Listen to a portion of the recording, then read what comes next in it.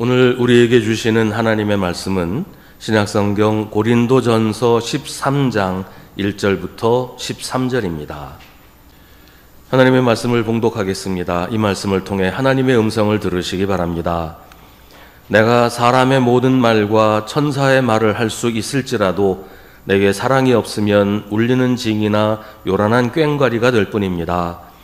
내가 예언하는 능력을 가지고 있을지라도 또 모든 비밀과 모든 지식을 가지고 있을지라도 또 산을 옮길 만한 모든 믿음을 가지고 있을지라도 사랑이 없으면 아무것도 아닙니다. 내가 내 모든 소유를 나누어 줄지라도 내가 자랑 삼아 내 몸을 넘겨줄지라도 사랑이 없으면 내게는 아무런 이로움이 없습니다.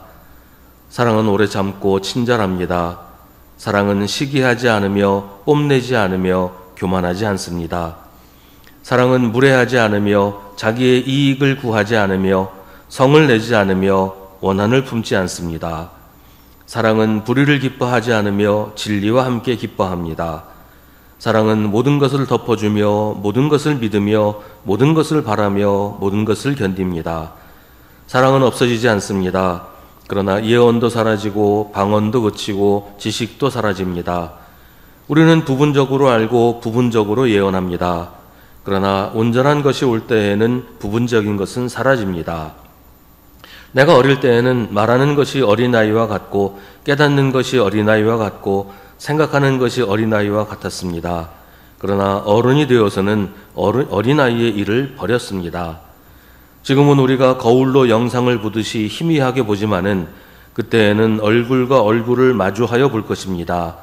지금은 내가 부분밖에 알지 못하지만은 그때에는 하나님께서 나를 아신 것과 같이 내가 온전히 알게 될 것입니다. 그러므로 믿음, 소망, 사랑 이 세 가지는 항상 있을 것인데 그 가운데서 으뜸은 사랑입니다. 아멘. 이것은 하나님의 말씀입니다. 고린도전서 12장부터 14장에서 바울은 성령의 은사에 대해서 자세하게 설명하고 있습니다. 그런데 이 12장과 14장 사이에 13장이 있어서 좀 혼란스러워하는 경우가 있어요. 은사 얘기를 하다 말고 뜬금없이 사랑 얘기를 하니까 말이죠. 그래서 13장 역시 은사 가운데 하나를 말하는 것이라고 이해하기도 합니다. 하지만 바울은 은사들 중에 사랑의 은사를 말하지는 않습니다. 그렇다면 13장은 문맥에서 벗어난 것일까요? 하지만 고린도전서 13장은 12장과 14장의 맥락에서 그리고 전체적으로는 고린도전서의 맥락에서 읽어야 그 의미가 분명해집니다. 고린도전서 12장에서는 고린도 교회에게 주신 성령의 은사 때문에 교회가 혼란해졌다고 말합니다. 교회를 온전하게 하기 위해서 주신 은사가 오히려 교회 안에 갈등을 일으키고 교회를 분열시키고 있다는 것입니다. 그건 은사가 가진 문제가 아니고 은사를 받은 사람들의 문제지요. 그래서 바울은 성령께서 교회에 주신 은사가 문제거리가 되지 않고 교회를 온전하게 하기 위해서 13장을 이야기합니다. 12장에서 여러 가지 은사들과 그 은사로 인한 혼란을 이야기하면서 마지막 31절은 그러나 여러분은 더 큰 은사를 열심히 구하십시오. 이제 내가 가장 좋은 길을 여러분에게 보여드리겠습니다. 라고 하면서 13장으로 이어집니다. 바로 이 구절 때문에 13장이 또 다른 은사, 가장 좋은 은사에 대한 이야기라는 오해가 생기는 거예요. 근데 31절은 하나로 묶는 것보다는 앞뒤로 나눠서 앞장과 뒷장으로 붙이는 게 더 자연스럽습니다. 그러니까 12장 31절의 앞부분은 12장 29절 30절에 붙고 뒷부분은 13장에 붙어야 한다는 거예요.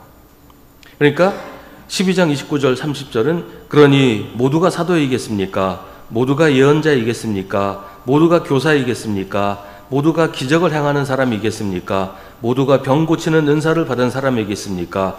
모두가 방언을 말하는 사람이겠습니까? 모두가 통역하는 사람이겠습니까? 그러나 여러분은 더 큰 은사를 열심히 구하십시오. 이렇게 된다는 거죠. 여기서 더 큰 은사는 더 높은 수준의 은사 혹은 더 많은 은사라는 뜻을 가지고 있어요. 그리고 13장은 이제 내가 가장 좋은 길을 여러분에게 보여드리겠습니다. 라는 말로 시작하는 것이 적합하다는 것이에요. 그리고서 사랑에 대해서 설명을 합니다. 그러니까 사랑은 고린도전서 12장에서 말하는 예언이나 방언과 같은 또 하나의 은사가 아니라 가장 좋은 길이라는 말입니다. 이미 말씀드린 것처럼 고린도 교회는 성령의 은사로 인해서 큰 혼란과 어려움을 겪고 있습니다. 은사를 받은 사람들이 자기가 맡은 은사를 자랑하고 과시하면서 다른 은사들을 깎아내리기도 하고, 같은 은사를 받은 사람들끼리 끼리끼리 모여서 파벌을 형성해서 교회를 분열시키고 있었기 때문입니다. 성령의 은사는 교회의 부족한 부분을 채워서 교회를 온전하게 하시려고 성령께서 주신 것인데, 사람들이 그것을 받아서는 오히려 교회를 일그러뜨리고 무너뜨리고 있다는 거예요. 바울은 이런 문제가 생긴 것은 은사에 무슨 문제가 있어서 그런 것이 아니고 고린도 교회 교인들에게 사랑이 없기 때문이라고 말하는 겁니다. 13장 1절은 내가 사람의 모든 말과 천사의 말을 할 수 있을지라도 내게 사랑이 없으면 울리는 징이나 요란한 꽹과리가 될 뿐이라고 합니다. 사람의 모든 말과 천사의 말은 방언의 은사를 가리키는 것이에요. 고린도 교회에서 가장 문제를 일으켰던 사람들이 방언의 은사를 받은 사람들이었는데, 그들을 향해서 말합니다. 사랑이 없으면 당신들이 하는 모든 일들은 울리는 징이나 요란한 꽹과리일 뿐이다. 소음에 지나지 않는다는 것이죠. 2절도 마찬가지입니다. 내가 예언하는 능력을 가지고 있을지라도, 또 모든 비밀과 모든 지각을 가지고 있을지라도, 또 산을 옮길 만한 모든 믿음을 가지고 있을지라도 사랑이 없으면 아무것도 아닙니다. 12장에서 언급한 은사 중에서 지혜의 말씀, 지식의 말씀, 믿음, 기적, 예언, 그런 것들이 있었잖아요. 그러니까 딱 그것만 가리킨다기보다는 12장에서 말했던 모든 성령의 은사들이 있다고 해도 사랑이 없으면 그건 아무것도 아니라는 얘기를 하는 겁니다. 고린도 교회 교인들이 그렇게 자랑하고 과시하는 것들, 성령의 은사들이 아무것도 아닌 것이 될 수 있다는 거예요. 사랑이 없으면 말입니다. 3절은 좀 다른 것 같아요. 내가 내 모든 소유를 나누어 줄지라도, 내가 자랑 삼아 내 몸을 넘겨줄지라도 사랑이 없으면 내게는 아무런 이로움이 없습니다. 이건 성령의 은사와 관련된 내용은 아닌 것 같이 보여요. 이건 성령의 은사와 상관없이 예수 믿는 사람이라면 그렇게 해야 하는 가장 이상적인 모습이겠지요. 실제로 고린도 교회 안에서 이런 일이 있었는지는 알 수 없지만 사도행전에서 볼 수 있는 이 초대교회의 모습 가운데 이런 모습이 있어요. 성도들이 가진 것을 다 팔아서 교회 앞에 두고는 필요한 대로 가지고 갔다든지, 친구를 위해서 자기 목숨을 내어준다든지, 이런 것들이 초대교회에서 있었던 모습이고, 고린도 교회 교인들도 이런 일들이 가장 아름다운 신앙의 모습이라는 것은 알고 있었을 거예요. 그런데 그런 일조차도 사랑 없이 하는 것은 자기한테 아무런 이로움이 없다는 겁니다. 그런 일들로 인해서 도움을 받는 사람에게는 의미 있는 일이겠지요. 하지만 사랑 없이 하는 일은 아무리 좋은 일이라도 나 자신에게는 아무 의미가 없다는 거예요. 그러니까 사랑이라고 하는 것은 또 다른 은사 혹은 가장 좋은 은사가 아니라 은사들을 의미 있게 하고, 은사들이 은사로서의 기능, 교회를 온전하게 하고 성도들을 돕는 역할을 제대로 하게 해주는 것이다라는 말입니다. 우리 속담에 구슬이 서말이어도 꿰어야 보배라는 말이 있잖아요. 방바닥에 구슬이 굴러다니면 그 무슨 귀한 것이겠어요. 그냥 발을 밟히면 다치게나 하고 불편하게 하는 것이죠. 근데 이 구슬을 하나로 꿰어야 목걸이도 되고 팔찌도 되고 하잖아요. 말하자면 구슬을 꿰어서 하나로 묶어주는 역할을 하는 게 사랑이라는 겁니다. 우리 몸에 여러 지체들이 있습니다. 손도 있고 발도 있고 위장도 있고 십이지장도 있습니다. 이런 지체들이 서로 연결되지 않고 각각 따로 있으면 사람이 살 수가 없어요. 그런 사람은 움직일 수도 없고 생각도 할 수 없고 살아있을 수가 없습니다. 사람의 몸에 있는 여러 지체들을 서로 연결해서 한 몸을 이루게 하는 것들이 있죠. 신경이라든지 핏줄이라든지 그렇잖아요. 교회에서는 그게 바로 사랑이라는 겁니다. 사랑이 모든 은사들을 하나로 묶어서 교회를 온전하게 하고 성도들을 하나로 묶어서 예수 그리스도의 몸을 온전하게 만든다는 것입니다. 교인들이 각각 개인적으로 아무리 훌륭하고 능력이 있더라도 또 교회가 아무리 크고 돈이 많아도 사랑이 없는 교회는 교회가 아니라는 겁니다. 그렇다면 사랑이라는 게 도대체 뭔가? 어떻게 하는 게 사랑하는 것이고 어떻게 해야 교회가 온전하게 될 수 있는가를 4절부터 이야기합니다. 사랑은 오래 참고 친절합니다. 고린도 교회에서 은사를 받은 사람들은 다른 사람들에 대해서 참아주지를 않았어요. 다른 사람들을 무시하고 자기가 다 하려고 했어요. 나하고 다른 사람들을 용납하지 않고 제쳐두려고 했습니다. 여기서 오래 참는다는 말은 부지런하고 신속하게 하는 것하고 상관이 있는 말이 아니에요. 오래 참는다는 것은 나하고 생각이 다르고 방식이 다른 사람들을 참아주는 것입니다. 당장의 결과가 나오지 않는다고 조급해하지 않고 오래 참으면서 기다려주는 것입니다. 여러분도 살면서 많이 느끼셨을 것 같은데요. 다른 사람을 참아준다는 것, 기다려준다는 게 참 쉽지 않습니다. 내 생각 같으면 이거 이렇게 하면 되는데 그걸 생각을 못하냐? 이렇게 하면 되는데 그걸 못하냐? 이제 이런 마음 때문에 자꾸 재촉하게 되고 서두르게 되고 기다려주질 않지요. 그런데 사랑하면 참을 수 있습니다. 사랑하면 기다려줍니다. 아이들이 태어나서 자라나는 시간이 얼마나 깁니까? 사람 노릇 제대로 하려면 그 부모가 얼마나 참고 기다려야 합니까? 근데 부모가 기다려주죠. 1살 먹은 아이가 자기 혼자 밥 지어서 차려서 먹지 않아도 기다려줘요. 사랑하기 때문에요. 사랑은 시기하지 않으며 뽐내지 않으며 교만하지 않습니다. 고린도 교회 교인들의 모습과 정반대죠. 자기가 받은 은사를 뽐내고 교만하고 자기가 받지 않은 은사를 시기하는 것, 이건 성령의 은사를 망가뜨리는 것입니다. 사랑이 없어서 그렇습니다. 그래서 사랑해야 합니다. 사랑해야 내가 받은 은사가 성령의 은사가 됩니다. 사랑은 무례하지 않습니다. 사랑은 자기 이익을 구하지 않습니다. 사랑은 성을 내지 않습니다. 사랑은 원한을 품지 않습니다. 기독교인들 중에도 다른 사람들을 함부로 대하는 사람들이 있어요. 무례하게 대하는 사람들이 있어요. 특히 사랑한다고 하면서도 자기가 사랑한다고 하는 그 사람을 함부로 대하는 사람들이 있습니다. 우리 사이에 이 정도도 못하냐? 우리가 얼마나 친한데 이거 가지고 그러냐? 이런 생각으로 함부로 대하는 사람들이 있죠. 그건 사랑하지 않는 거라는 말이에요. 자기의 이익을 구한다는 것은 아나니아와 삽비라처럼 하는 겁니다.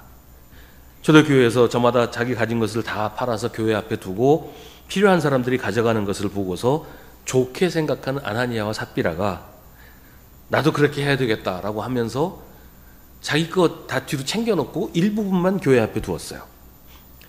그게 무슨 의미겠어요? 이제부터는 나한테 무슨 필요가 있으면 다 교회 거 갖다 써야지. 내 거 교회에 갖다 놨으니까 나 다 교회 거 갖다 써야지. 내 거는 내 거대로 따로 두고 필요한 모든 건 교회에서 가져와야지. 이런 생각이죠. 이게 자기의 이익을 구한 거예요.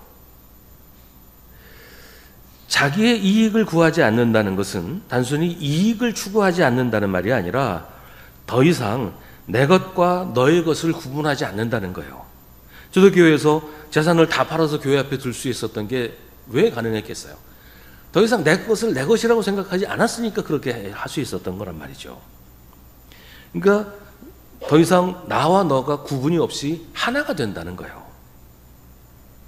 교회가 하나 되면 내 것과 남의 것을 구분하는 게 무슨 의미가 있겠어요? 아나니아와 삽비라처럼 내 것은 따로 챙기고 이제부터는 남의 것 가지고 살겠다. 내 것도 내 것이고 남의 것도 내 것이다. 이런 마음, 이게 자기의 이익을 구하는 것입니다. 성낸다는 말은 가시로 찌른다는 말이에요. 다른 사람을 가시로 찌른다. 가시도 친 말을 하고 상처 주는 말을 한다는 겁니다.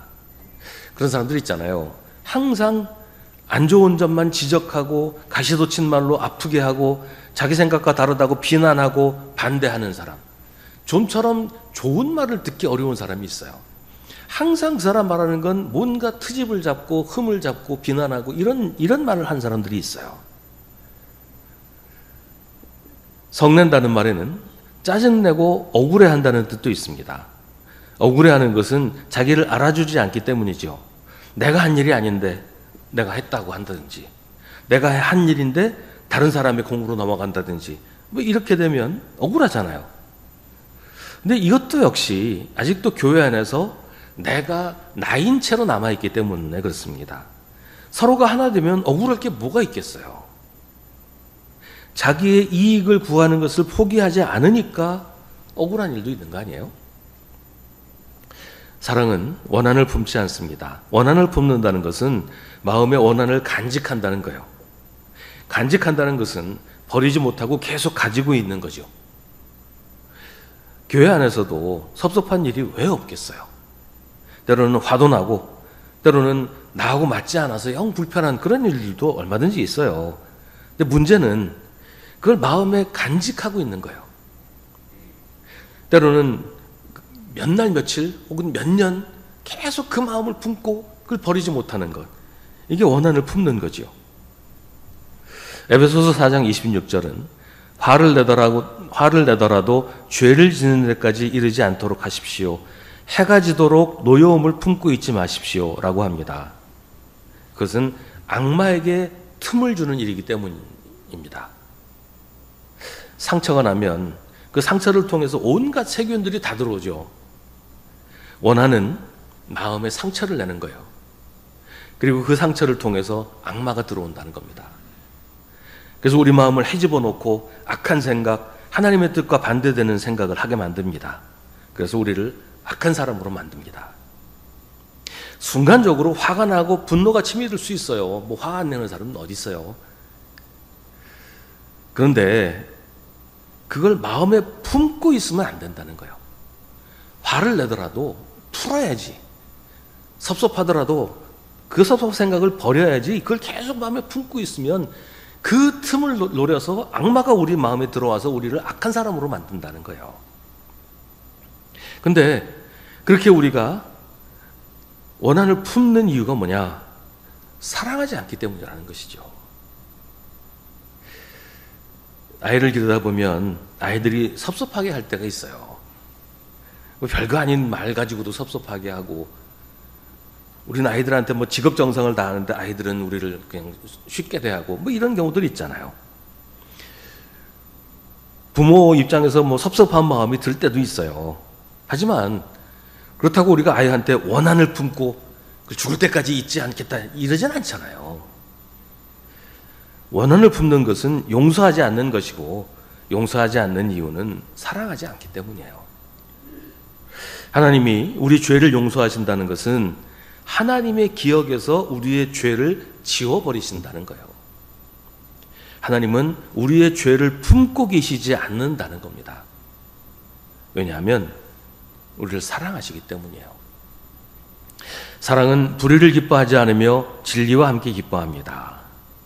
사람들이 불의를 기뻐하는 이유가 뭐겠어요? 그게 자기한테 이익이 되기 때문이에요. 불의를 행하면 손해가 되고, 불의를 행하면 나한테 나쁜 일이 생기고, 그러면 누가 불의한 일을 하고 누가 불의한 일을 기뻐하겠어요?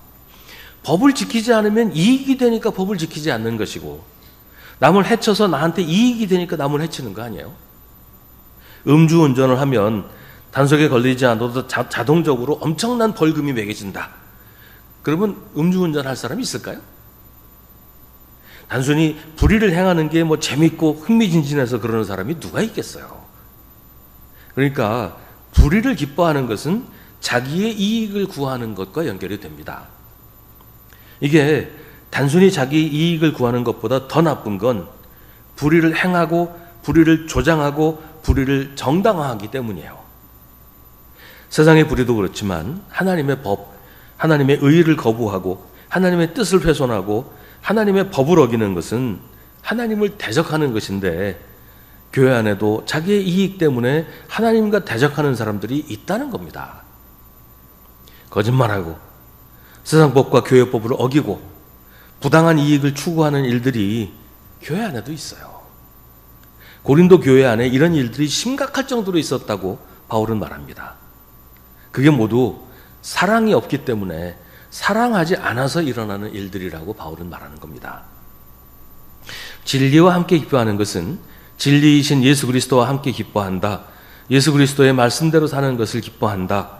예수 그리스도를 기뻐한다 라는 말입니다. 예수님처럼 사는 것이 기쁘고 예수 그리스도의 복음을 전하는 것이 나의 기쁨이 되는 것이에요. 사랑하면 그렇게 된다는 겁니다. 예수님을 사랑하고 성도를 사랑하면, 그리고 하나님이 나에게 주신 이웃을 사랑하면 그렇게 된다는 거예요.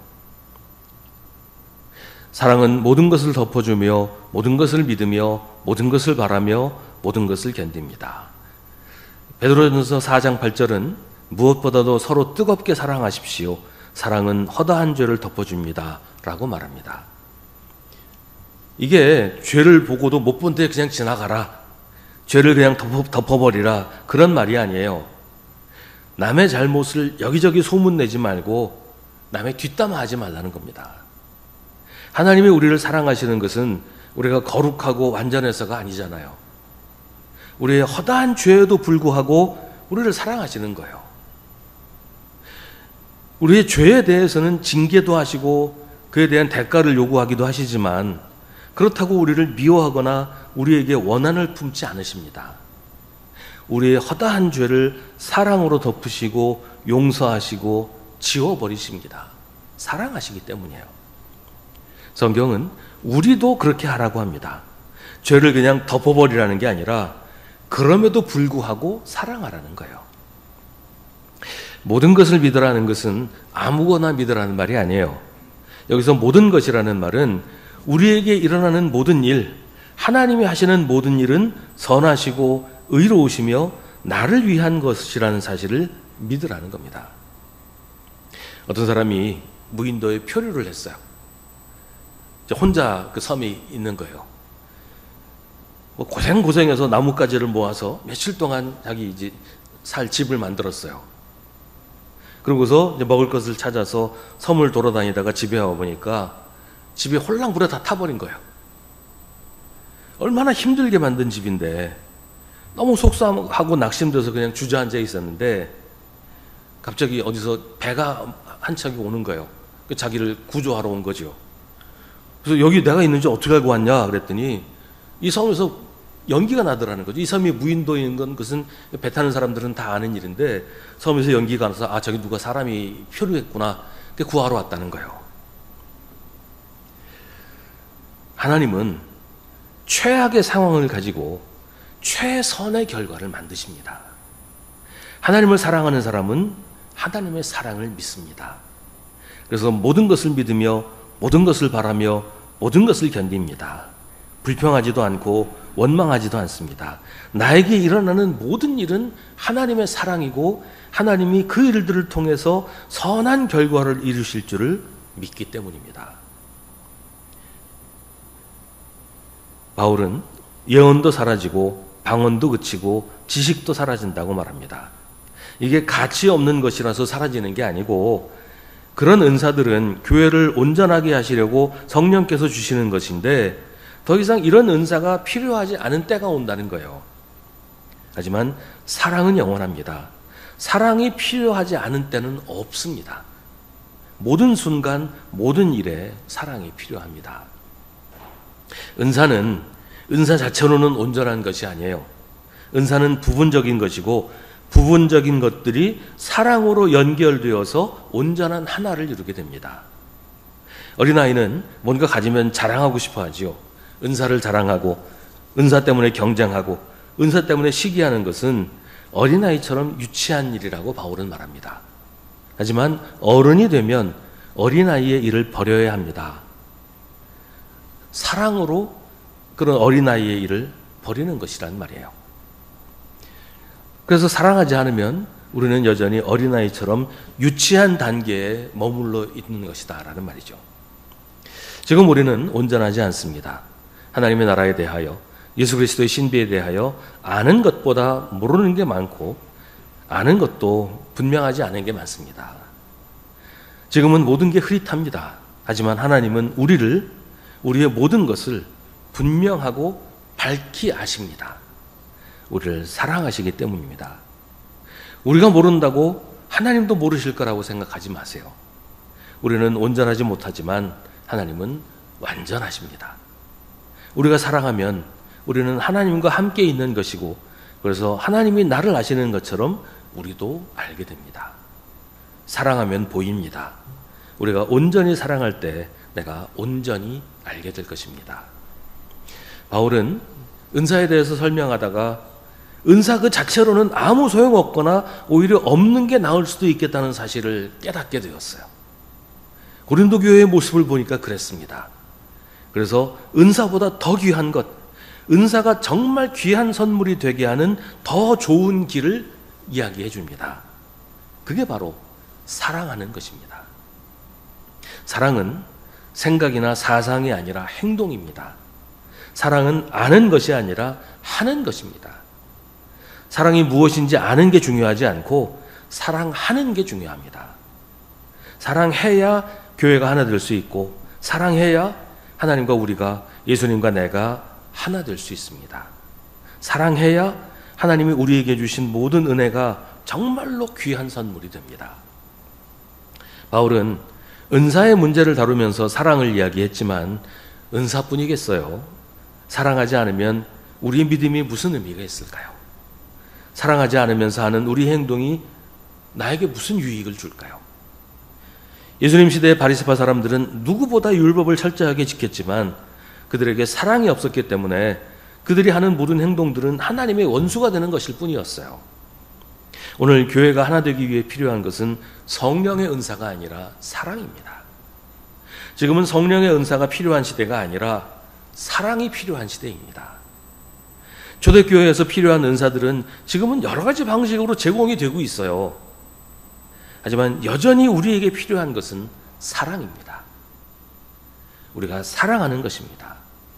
사랑이 없으면 우리는 아무것도 아닙니다. 사랑이 없으면 우리가 하는 선한 일도 내게 아무런 유익이 없습니다. 그러므로 믿음, 소망, 사랑, 이 세 가지는 항상 있을 것인데 그 가운데 으뜸은 사랑입니다. 다른 것보다 사랑이 더 중요하다는 말이 아니라 다른 것을 의미 있게 하는 것이 사랑이라는 말이에요. 사랑이 없으면 믿음도 소망도 그 의미를 잃어버리게 된다는 것입니다. 지금 우리는 사랑하고 있습니까? 하나님을 사랑하고 성도들을 사랑하고 있습니까? 사랑하는 사람으로 살고 있습니까? 바울은 우리에게 말합니다. 그리스도인이 가야 하는 가장 좋은 길은 사랑하는 사람으로 사는 것이라고 말입니다. 기도하겠습니다. 하나님, 주님께서 우리에게 주신 것들이 너무 많은데 우리는 항상 부족하다고 불평하고 남이 가진 것을 부러워하면서 살았습니다. 우리에게 사랑이 없어서 그렇습니다. 우리가 사랑하지 않아서 그렇습니다.